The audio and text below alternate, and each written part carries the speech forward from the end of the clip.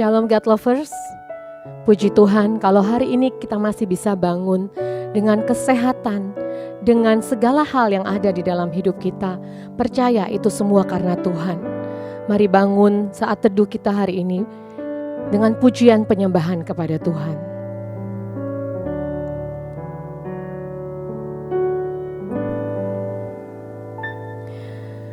Betapa dahsyat Engkau Tuhan, Pencipta segala yang ada, dulu, sekarang, sampai selamanya.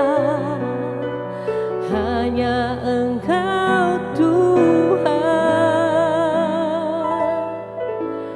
tak terselami pikiranku, tak terukur panjang setiamu,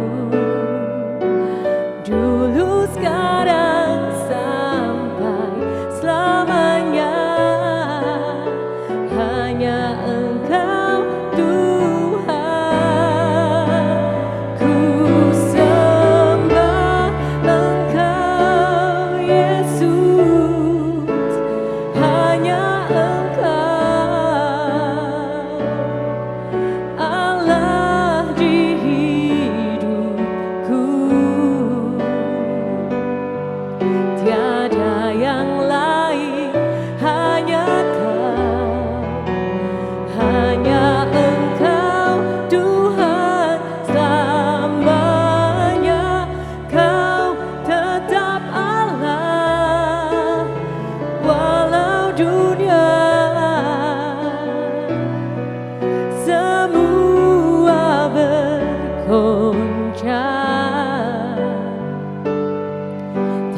tergoyahkan, Kau tetap Allah.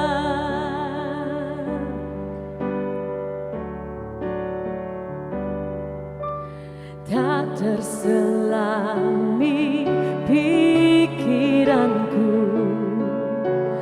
tak terukur panjang setiamu, dulu, sekarang, sampai selamanya.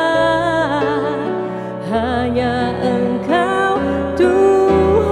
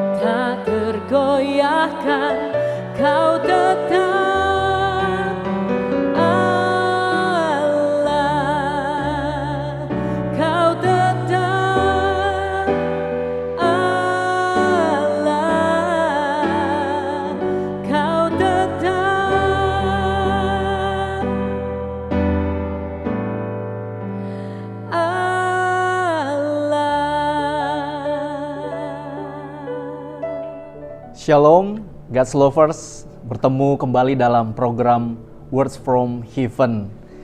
Dan kali ini kita akan membahas satu tema berjudul rekonsiliasi.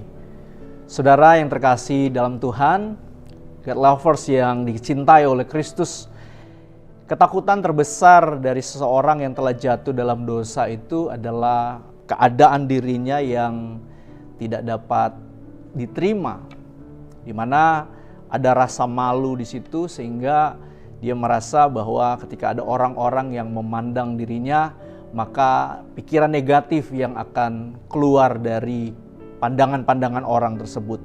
Nah, rasa malu inilah yang membuat seseorang tidak memiliki energi, saudara, untuk menghadapi dirinya sendiri.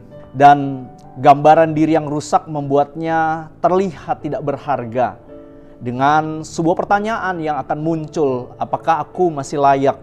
Seperti halnya Adam dan Hawa ketika mereka menyadari diri mereka telanjang, mereka bersembunyi. Saudara, rekonsiliasi itu adalah sebuah perbuatan untuk memulihkan hubungan, entah persahabatan atau apapun, dengan keadaan atau di dalam keadaan yang semula, di mana perbuatannya menyelesaikan sebuah perbedaan, sehingga perlu yang namanya rekonsiliasi.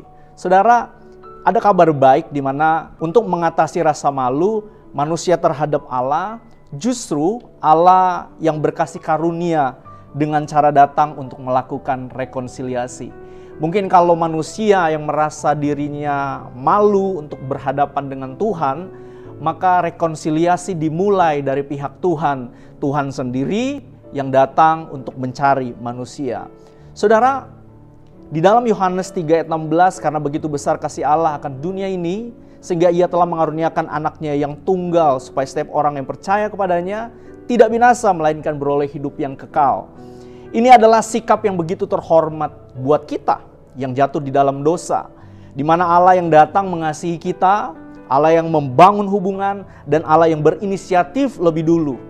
Seperti kata-kata penulis di dalam Lukas 15 ayat 20 mengatakan, maka bangkitlah ia dan pergi kepada bapaknya. Ketika ia masih jauh, ayahnya telah melihatnya, lalu tergeraklah hatinya oleh belas kasihan. Ayahnya itu berlari mendapatkan dia, lalu merangkul dan mencium dia. Saudara lihat, inilah sikap yang begitu terhormat yang dilakukan Allah bagi kita orang-orang berdosa. Di mana di dalam Lukas 15 ayat 20 kita tahu sebuah cerita yang penuh, utuh, berbicara tentang anak bungsu yang pergi meninggalkan ayahnya. Tetapi ketika dia merasa malu, namun di dalam hatinya dia mau berjuang untuk kembali rekonsiliasi dengan ayahnya, kita melihat ayahnya begitu bergerak begitu cepat sehingga apa? Rekonsiliasi itu terjadi di mana anak yang dia tunggu-tunggu justru didapatinya, dia peluk dan dia juga cium. Lihatlah betapa manisnya kisah ini, saudara.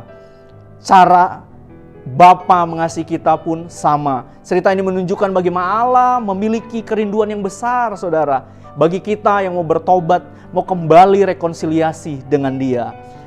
Pemikiran apa sih, saudara, sebenarnya yang membuat kita kadang-kadang takut untuk datang kepada Tuhan ketika kita melakukan kesalahan?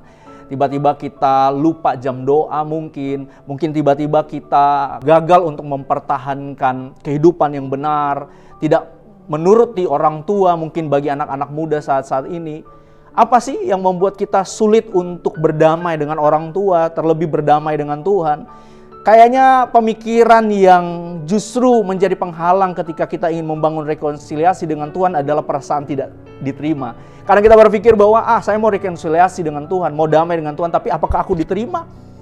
Sehingga apa? Kita akhirnya playing victim, merasa menjadi korban akhirnya. Sehingga membuat kita sulit untuk datang sama Tuhan. Akhirnya ya sudahlah, saya juga produk gagal misalkan, saya juga anak-anak broken home misalkan, saya juga ditolak di dalam perkumpulan. Sehingga rasa malu membuat kita menjadi orang-orang yang playing victim, dan juga perasaan yang tidak diterima itu menjadi momok yang menakutkan untuk tidak mau melangkahkan kaki datang kepada anugerah.